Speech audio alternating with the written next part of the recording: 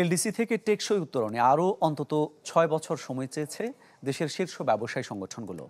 International chamber of commerce and industries আইসিসির উদ্যোগে আয়োজিত সম্মিলিত সংবাদ সম্মেলনে সংগঠনের সভাপতি জানান, সময় পেছানো না হলে ঝুঁকিতে পড়বে রপ্তানি খাত, যাতে আয় কমতে পারে ১৪% পর্যন্ত।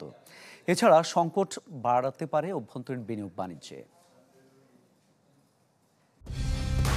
কালার এক্সপার্ট, জর্জ স্যাপ এবং মাইল্ড অন হ্যান্ডস টেকনোলজি সমৃদ্ধ অরিক্স ক্রিস্টাল ওয়াশ আপনার লন্ড্রি এক্সপার্ট।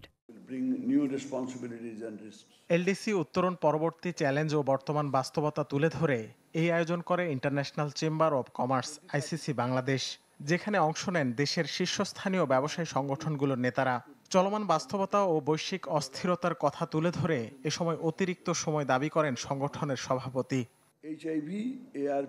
বলেন, এলডিসি নিয়ে দুশ্চিন্তার বড় কারণ রপ্তানি খাত, কেননা উত্তরণের পর চড়া শুল্ক দিয়ে ব্যবসা করতে হবে বড় বাজারগুলোতে, যে সক্ষমতা এই মুহূর্তে তৈরি হয়নি বাংলাদেশের।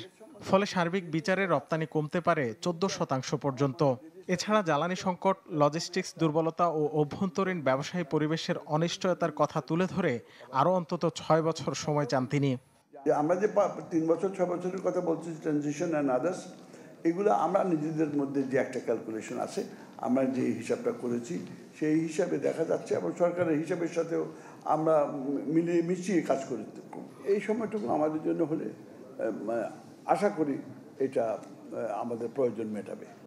এলডিসি থেকে উত্তরণের পর কমে আসবে নানা খাতে ভর্তুকি, কড়াকড়ি হবে মেধাস্বত্ব আইন, এছাড়া মিলবে না সহজ শর্তের ঋণ, যার ফলে কঠিন হবে রপ্তানি বৈচিত্র্যকরণ কিংবা বিনিয়োগ আকর্ষণ। তাই সফল উত্তরণের জন্য প্রয়োজনীয় প্রস্তুতির আহ্বান জানান ব্যবসায়ীরা।